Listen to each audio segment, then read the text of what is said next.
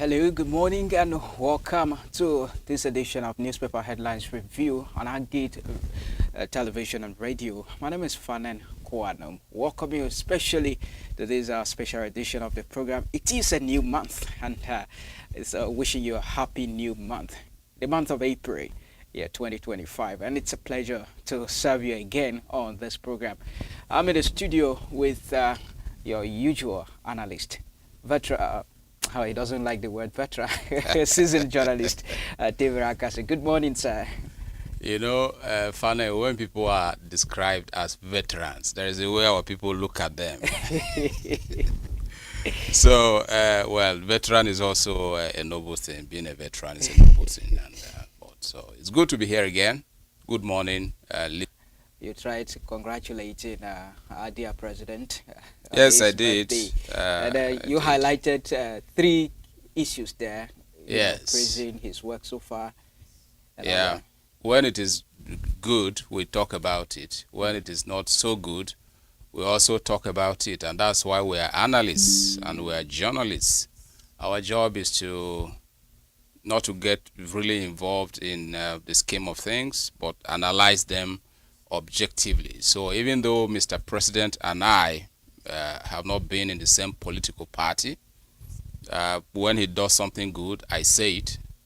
And when he does something that is not very good, I also say it. So it's nothing to do with bias or sentiment. And so for me, like I said, the issues may be tough, but certain inroads are being made. And we hope that we'll get there very soon. Well, happy birthday in advance to Mr. President. Well, don't forget you can join us live on YouTube, Agate Television. On Facebook, we are Agate Radio TV 1.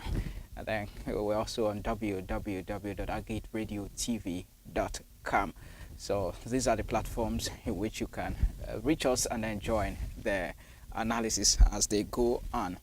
We are starting with our newspaper, Agate News. All right, and it comes with this banner headline. Group invites EFCC to investigate alleged attempt by Benue government to bribe NJC. And above the nameplate, we have federal government to reactivate grazing reserves in Benue for establishment of ranches.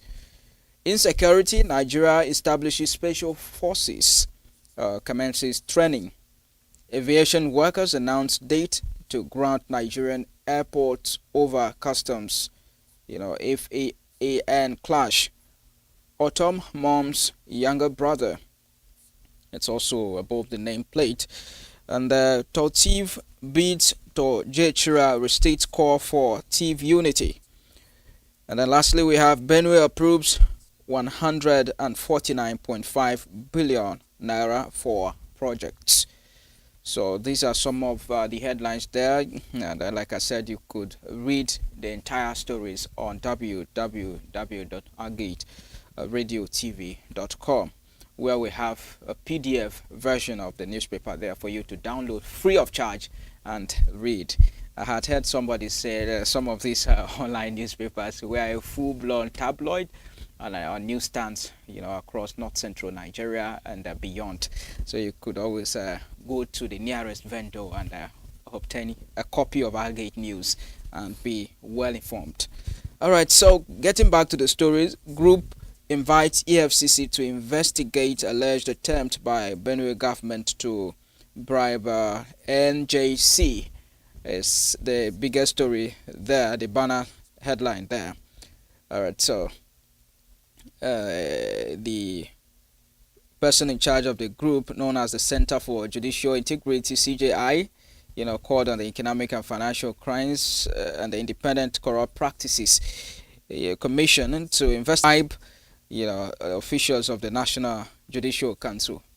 And addressing a journalist in Abuja on Monday, March the 24th, CJI convener Mr. Solomon Adodo alleged that certain government appointees funded with the funds have been trooping, going to Abuja every now and then to try and make that, come to pass regarding the removal of the chief judge of the state.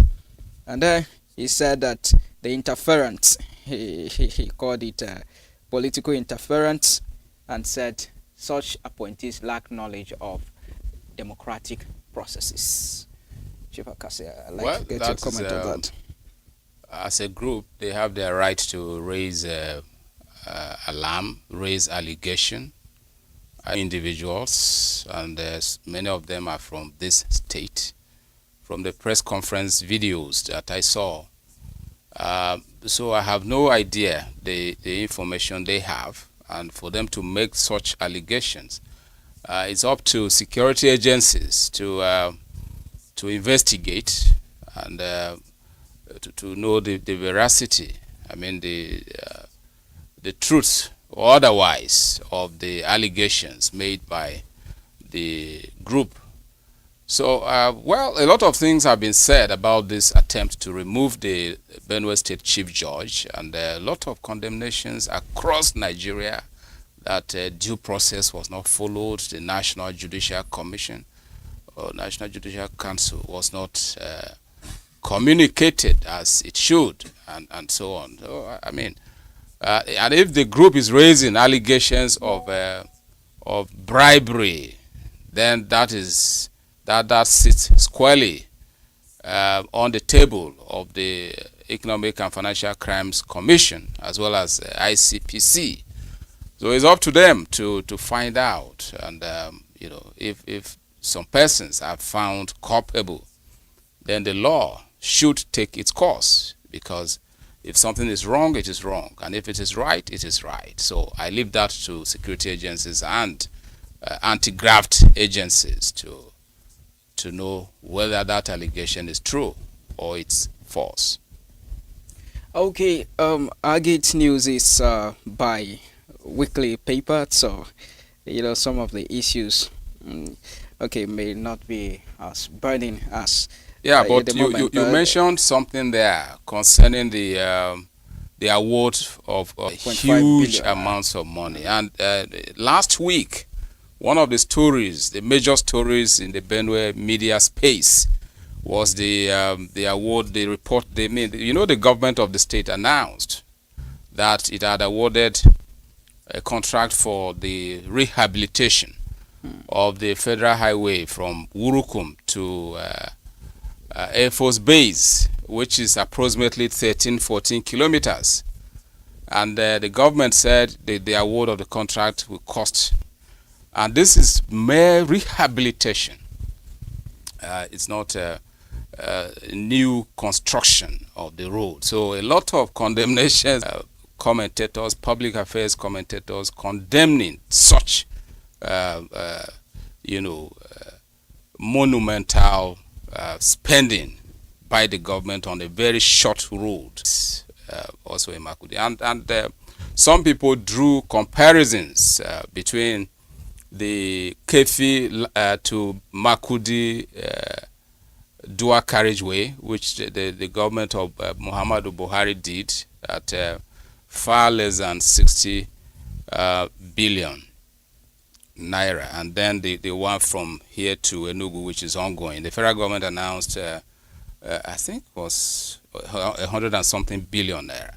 Now, there were some of these comparisons that I read that if the government of Benue State is claiming to be spending 66.3 billion naira on a 14-kilometer road, then what are we talking about? And I read those commentaries, and I found a lot of compelling arguments in such no matter how, if you look at, there are standards of construction. There are in Nigeria, we know, yes, the naira is no longer that strong, but even at that, if you take other states, you know the standard cost of a kilometer of road, and these things are not hidden. Even if you ask Google now, it will tell you how much a kilometer of road costs in Nigeria at the moment. And there are standard practices in all of this, no matter how the terrain is. Even in the Niger Delta, where you have to sand fill some areas before you construct a road, I don't think a road is costing, 14-kilometer road is costing a whooping 66.3 billion naira. And so I find that story really curious and disturbing. But take nothing away, that road deserves to be constructed. I am only looking at the cost. If a 14-kilometer road is costing the government that much, what will happen if they have 100-kilometer roads to construct? That means the entire budget of the state for a year will go for 100-kilometer road construction, and that's I don't think that would be good for Benue State. Yeah. So this is rehabilitation, by the way, we're talking about, not a fresh construction.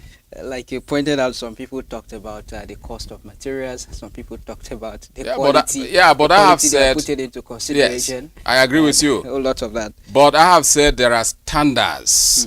Now take the road from here to Enugu, which is ongoing, right? This is a current construction. And if you take the Federal Ministry of Works, you take their budgetary analysis, you will see the cost there. So you can measure that. I think that road is about 200 and something kilometers, right? Now, if you measure that by 150 or 160 billion that the federal government said it's constructing, and that's the fresh road, dual carriageway, because Enugu to Makudi has not been dual carriageway. Makudi to Lafia, to Kefi was not dual carriageway until Buhari did it. And the one that President Tinubu is doing to Enugu is not dual carriageway. And until now, that is being done. So this is a current construction, and it's a fresh construction. And if it is not costing as high as, it's not even half of the cost comparatively of what Governor Alia is claiming to be doing from Wurukum to what do you call it, to Air Force Base. Then you begin to wonder how come that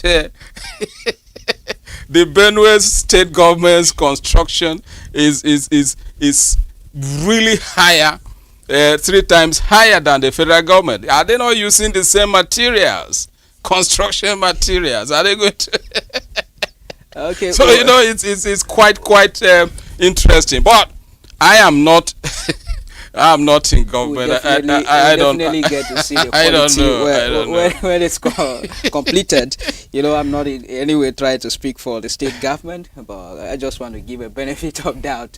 All right. So moving to another issue, let's look quickly before we leave Agate News. Federal government to reactivate grazing reserves in Benue for the establishment of ranches. This is one of the issues that made strong headlines last week. Yes, a lot of condemnations. Some were against, some were for. I read a lot on social media. People calling on the government, the federal government, to resign that decision. To that look, there is a law in Benue, and a lot of people went ahead to ask the Benue state government under Governor Hyacinth Elia what has happened to the Benue state open grazing and ranches establishment law. Some people don't even know the right name for that, and even some people in government, I'm sorry to say this, they don't know the correct name, the correct citation for that law. It is Benue State Open Grazing Prohibition, and it was done in 2017. And some people are asking what has happened to that law that the government has been saying it is amended, and we don't know which portions have been amended, and the government has not even deemed it necessary to tell the people which portions of that law have been being amended. It's quite interesting, and now the federal government is claiming to be coming here to establish ranches, to establish what the people are afraid could be cattle colonies, or even Ruga that was rejected roundly here a few years ago. So but see, I love animal husbandry. It is one of the money spinners across the world. I have been to Germany, and I've seen Germany is one of the countries that produce the biggest amount of milk, right? I've been to Brazil. I have seen Brazil has one of the largest herds of animals, domestic animals, talking about livestock. And they make a lot of money from milk produced from buffaloes, from cows, and all sheep and other animals. And so it's a good business. But Nigeria, with just about 20 million cows, is not able to cage the cows, to ranch the cows. And the cows have been moving from Sokoto to Lagos, from Maiduguri to Port Harcourt by foot. That's unacceptable. You go to all other parts of the world, you won't modern times. You have to move with the times. And he introduced the open grazing prohibition and ranches establishment law. And we need a law that prohibits open grazing, and he did it. But now, it appears that law has been set last week, and we saw animals entering people's homes. You know, they had eaten every crop available on people's farms, and they were everywhere. We saw nothing less than 50 heads of cattle from the Makudi Lafia road to Gbajimba, that road that leads to Gbajimba. We saw them, and these animals were entering people's homes. So what is happening? There has to be law. A law has to be respected. So for the federal government to come and say they want to establish ranches, that's okay. But they should remember that agriculture is a private business. And when the law that prohibits open grazing was enacted in 2017, it was very clear that government has no business establishing ranches for private people. And the law says if you want to rear your animals, you approach someone who has a land, and if he gives you the land, the person takes your application to the State Ministry of Agriculture, which will now process your application for a ranch and take it to the governor, who by the Land Use Act has the sole responsibility and duty to approve allocation of land. So that's what the law says. And I am surprised that no one is talking about it at the moment. Yeah, in regards to that, we hosted the Director General of Benue Livestock and Animal Husbandry, and I think... Yeah, I listened to him. I think I listened to part of that program. Yes. And he part of the argument was that it's in line with the rule for ranching, that these ranches belong to the state government, and they want to be make use of taxpayers' money being funded, the Ministry of Livestock Development. So they also revive these branches. One of the questions we raised that day was that who are going to be the occupants of these ranches? And according to him, yes. Now that was a good question. I can't remember his answer. And again, the issue of one question that is yet to be answered is that there's a provision in that law that says land for a ranch can only be leased for a renewable period of 1 year. I think he mentioned that. Now, the government has no business, according to that law, giving a ranch, a parcel of land to an intending ranch owner to establish a permanent a permanent facility for a ranch. These are things that if they had published, I have been looking for a copy of they have said they have amended the law, so I've been looking for a copy, because if they have amended that legislation, then the people need to know what are the provisions in the law that are no longer there. Because the one that was gazetted by the Otom administration made copious provisions for the procedure of establishing a ranch. Now, if these provisions have been amended, the people need to know. The new law has to be gazetted so people can buy copies and read. Lawyers too can access and prepare themselves if they have a case to go and defend This is what the government should do. Make that the amended. It's very important too, so that we don't go talking about hearsay because the other time I know that they were talking about But again, the livestock guard. yes, and the again they have harmonizing them and all that. Absolutely. The law of 2017 has the component of enforcement, which is livestock guards. And the livestock guards, without the livestock guards, then it means the enforcement component of that law is no longer feasible. So if you do not have, I don't think we still have livestock guards. Now, if you do not have the livestock guards, that means already you have compromised the enforcement wing or component of that law. These are things that if we take a look at the amended version of the law, then we'll know, because perhaps the livestock guards component is no longer in the law. Okay. And if it is not, I wonder how the earlier administration intends to enforce a law that does not have the enforcement component. But yes, of course, they inaugurated what is called civil protection guards. That's okay. If they are the new enforcers of the law, then we still need to know. And what are their functions? What are the limits of their powers? Because the previous law had, visible functions, known functions, limits, the do's and don'ts of the livestock guards, and everybody knew that the livestock guards had no business carrying arms or whatever. Their job was just to make sure that animals did not encroach on people's lands or violate the law. So I think we need to see the new law. All right, Chief. Just lastly, before we leave that, this is very important too, because I've been reading on social media, although I've not been able to confirm that somewhere in Agatu local government yesterday, a man fumigated his farmland, and then some herds of cattle just grazed through and died. And I heard report that he has been arrested. And I was just wondering.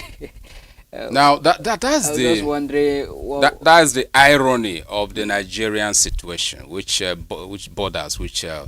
disturbs some of us. People use chemicals to either fumigate even residences, and on farms too. Our people now use modern day farming methods like spraying chemicals even before cultivation, right? And then they spray chemicals to defend, to protect the crops against pests, right? These are things that happen in modern methods of farming. And if that is what happened on that farm, which I have no evidence, I have no facts, if that's it's what happened, that the farmer protected, just sprayed chemicals to protect his farm, and the animals, the cows, what were they doing on the farm? By the way, that's the question. What were they doing on someone's farm?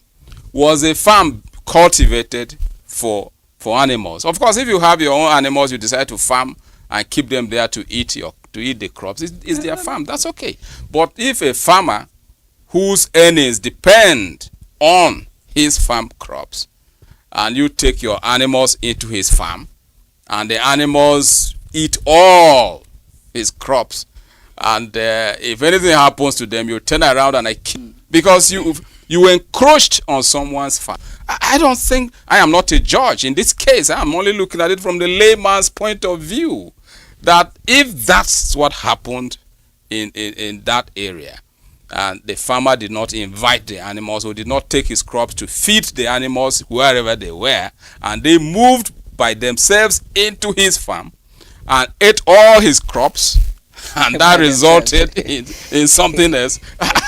No, in a layman, I was wondering, he doesn't have any case to answer at all. Rather, the person that destroyed his farm should be held. Next paper we're looking at is the Punch newspaper. It comes with this banner headline: Eid al-Fitr, low-key celebrations as Nigerians lament hardship. And then traders lament low patronage.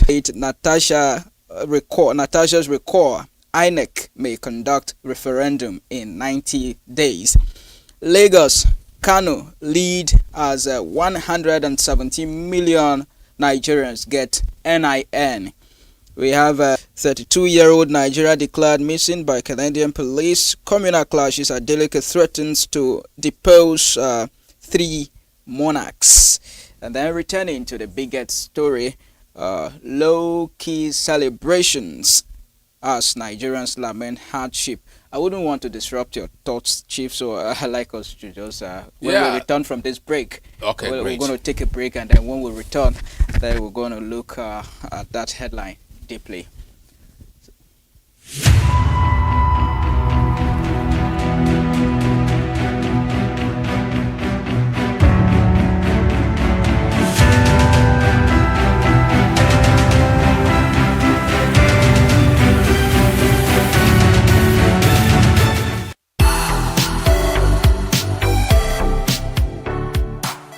Keep watching Agate Television. Keep watching Agate Televisions. Big shout out to Agate Television, Sky's your limit. Keep watching Agate Television. Keep watching Agate Television, one of the best in the whole city of Makurdi. Peace. Hello, my people. Keep watching Agate Television. Watch out for more. Agate Television. We love you. Special shout out to Agate Television. Agate Television, you're the best. Shout out, peace. Shout out to Agate Television. I love you. You're the best. Best channel, all the fun, the live shows, the best of the best you can get. Agate TV, one of the best rising televisions in North Central Nigeria, which everybody should actually look out for.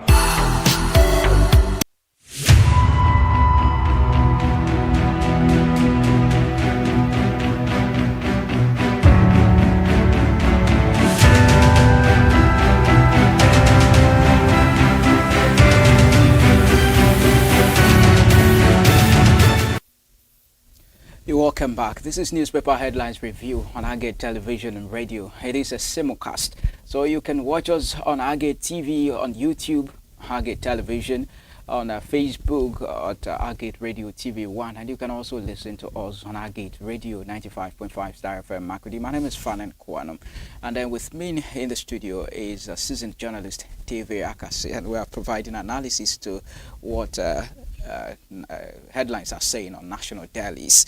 We are here on the Punch newspaper, and it says Eid al-Fitr, low-key celebrations as Nigerians lament hardship. Traders lament low patronage. Citizens cut cost. PDP blames APC for economic woes. And then, picking it from that angle, I like to reference your post on Facebook again, talking about your wishes to Mr. President. So now the PDP is saying, blaming APC for economic woes, being responsible for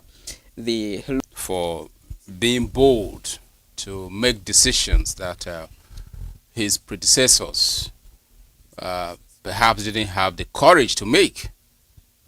Jonathan tried to remove fuel subsidy, and he was the pressure on him became too much.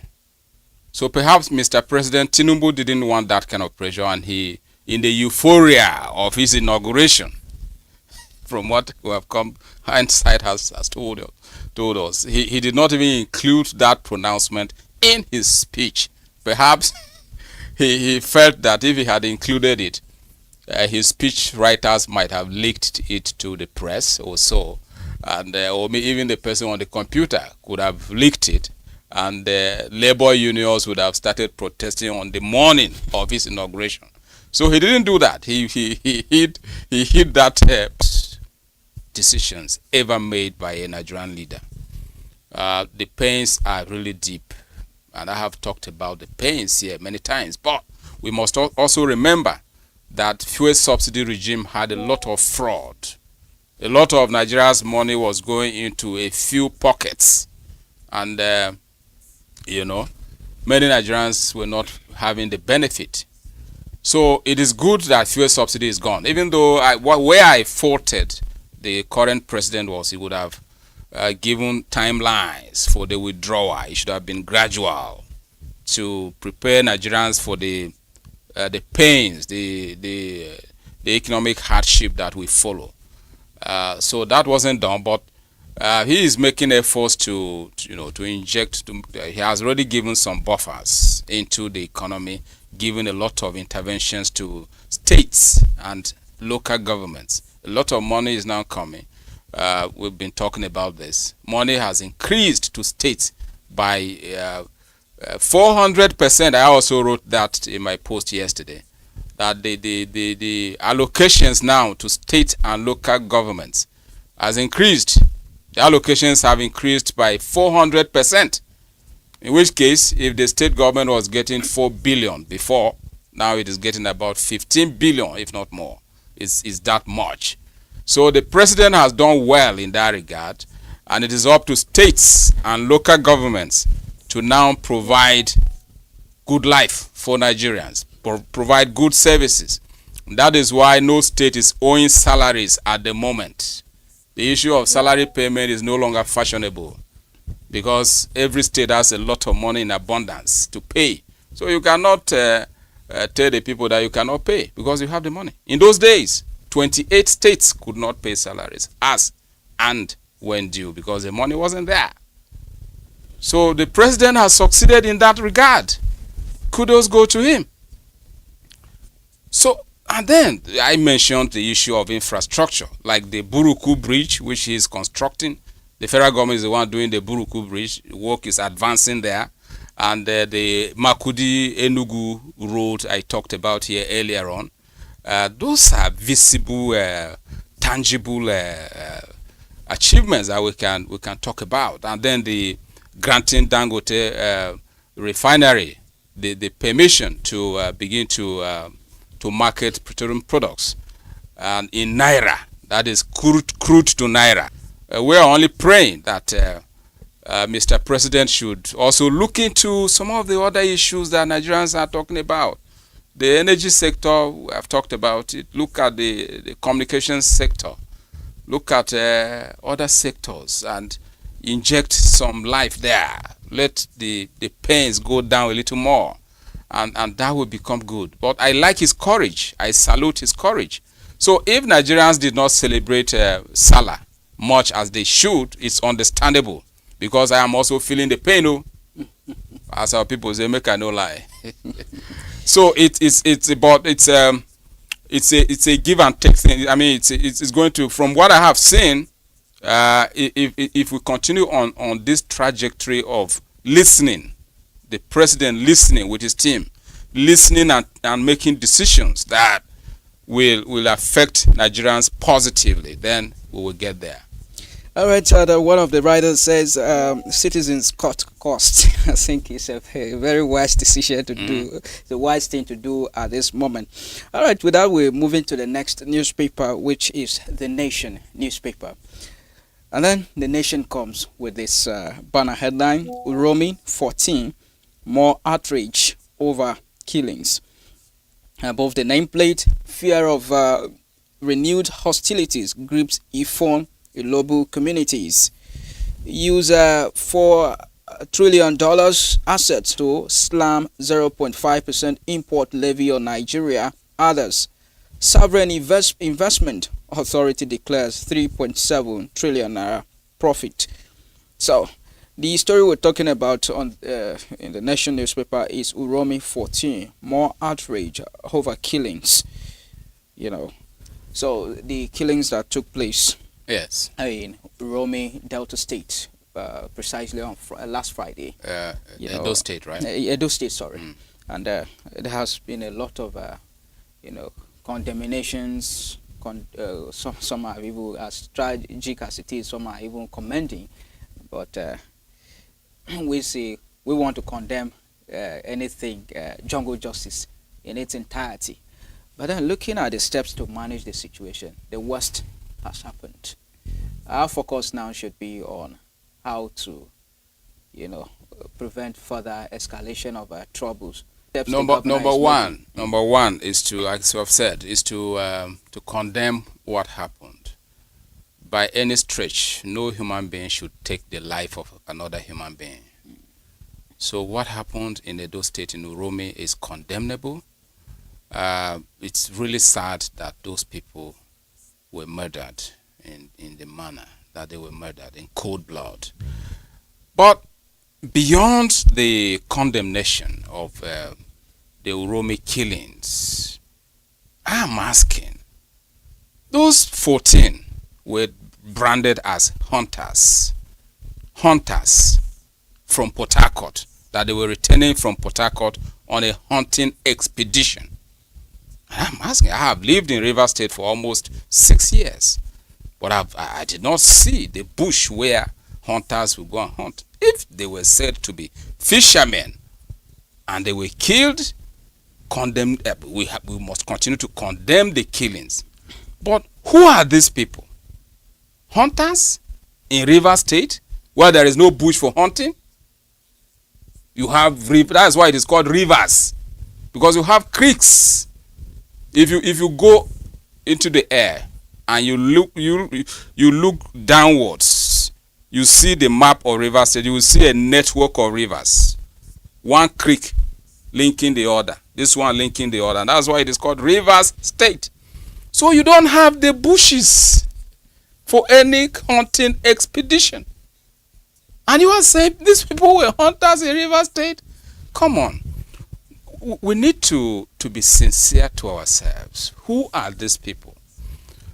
While we fish out their killers for possible punishment, we also should ask, who are these people?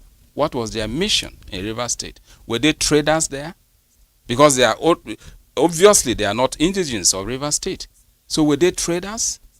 But the answer is no. They are hunters. And I don't think there is anywhere in Rivers for hunting.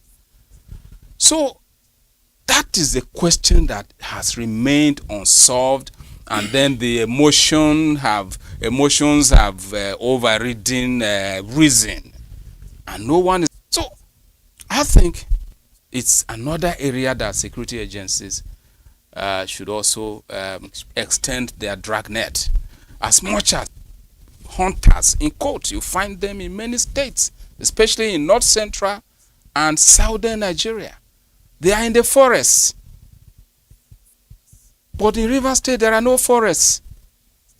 There are no forests there. So what are you doing? Are you in the creek? So I think we have to pause for a moment and ask questions that will help our security agencies to unravel certain mysteries. Having said that, I must commiserate or sympathize with the families of the slain 14. It is unfortunate that this happened, and we sympathize. The governor of Edo and that of Kano visited that community where those hunters are said to have come from. And Governor Okpebholo promised, he assured the community in Kano that the killers of their loved ones must be found and brought to justice. And that was a good thing. And he also promised compensation. That was being proactive as a governor. He did well by visiting, being courageous enough to visit Kano and go to that community where the hunters came from, and sympathized with the people of that community, their families, and promised that he would do everything to make sure that the victims, their loved ones, get justice. That was good enough. All right, thank you, Chief. I also like to state that I think it's important that everyone should be careful in this country at this point in time, because if you look at particularly the last 1 decade, from 2014 to 2024, things have not been the same in the area of security especially. So it behoves on us to be very careful, that's what we call cultural synchronization. So we should try to embrace some other aspects of culture that reflect current realities, because in this period that everybody is suspicious of the next person, banditry, kidnappings, armed robbery, and a whole lot of that, and then you are traveling with damn guns. Okay, let's give you the benefit of doubt that you are a hunter, and then you are traveling with a damn gun. If you look at the narrative of the driver, he said he refused conveying these people and moved for 2 kilometers before his man now convicted him to come back and pick them. So I think we should embrace aspects of cultures that reflect modern realities. Look at we read about marriage. You'll be arrested, charged, offenses there. So we should try to make these cultures to reflect realities, and that's the same thing we're clamoring for in terms of open grazing. Say the modern times do not warrant these things again. Let us ranch our cattle. Exactly. And if legally you are hunters, let security accompany you to avoid some of these things. Well, the worst has happened, and we do hope that it will not degenerate into something we didn't call for. All right, so the next paper we're looking at is the Daily Independent, and it comes to the banner headline: Rivers will emerge stronger from political crisis, Fubara assures. And the chief, people were saying yesterday that Fubara ought to shut up at this moment now.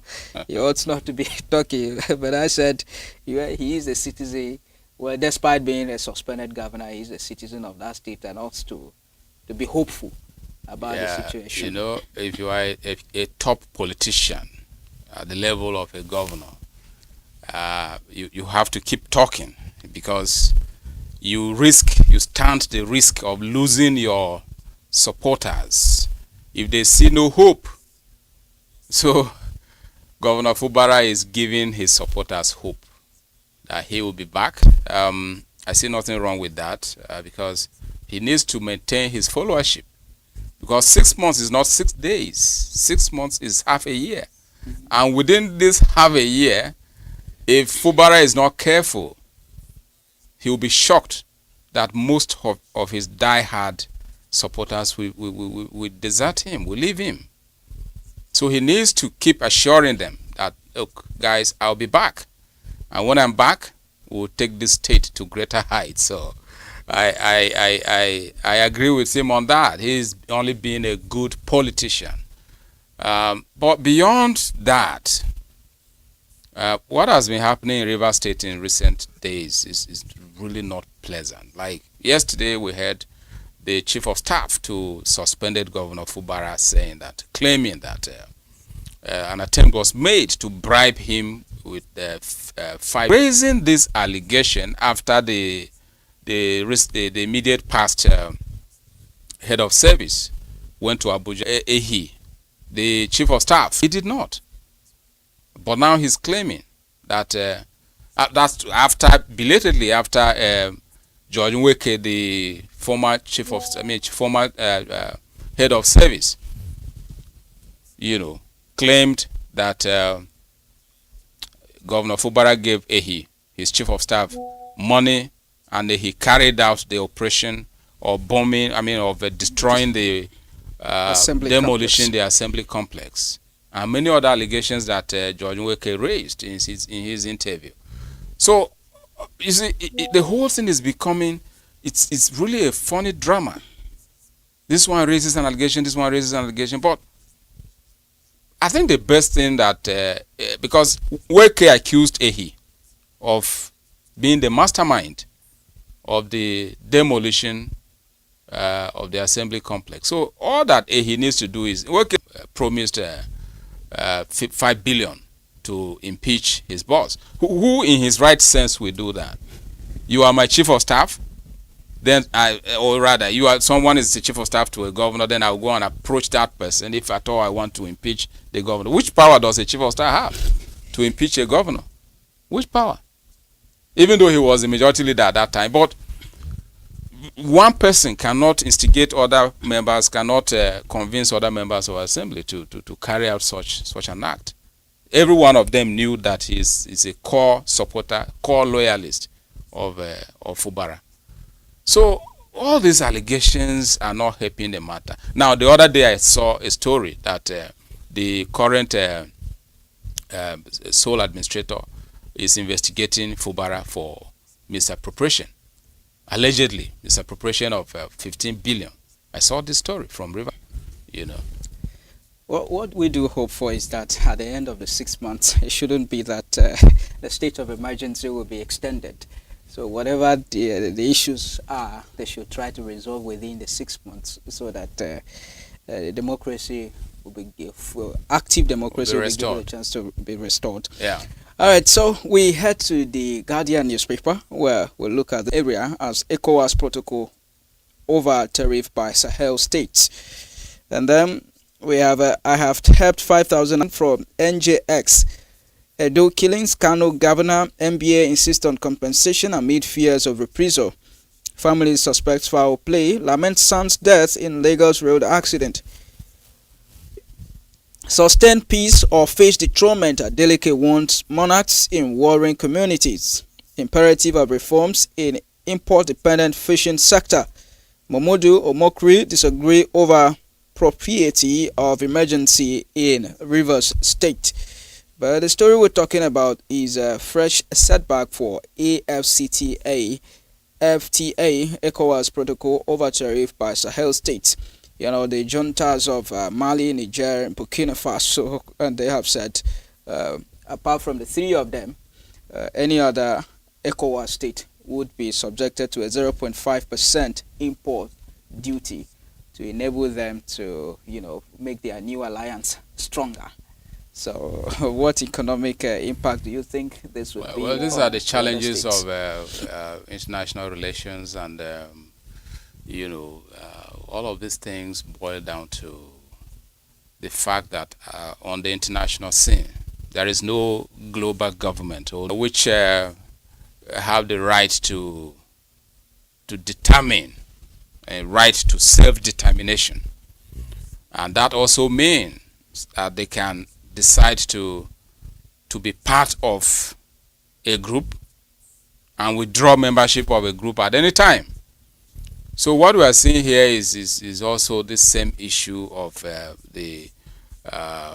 but I think in the end, ECOWAS is going to be affected, and that's why the other time I spoke about the leadership of ECOWAS to sit up and rejig the community or West African states and make them have, because ECOWAS is seen at the moment as a toothless bulldog that can bark without biting. So yes, it is an economic forum, but you can't have an economic forum without the political aspect of it, because the leadership of ECOWAS, members of ECOWAS are all politicians.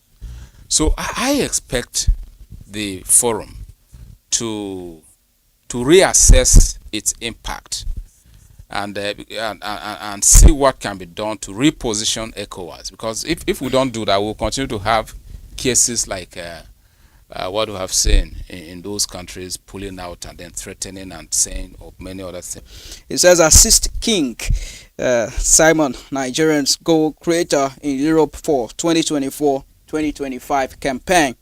We have Rivers Hoopers intensify preparation in Lagos.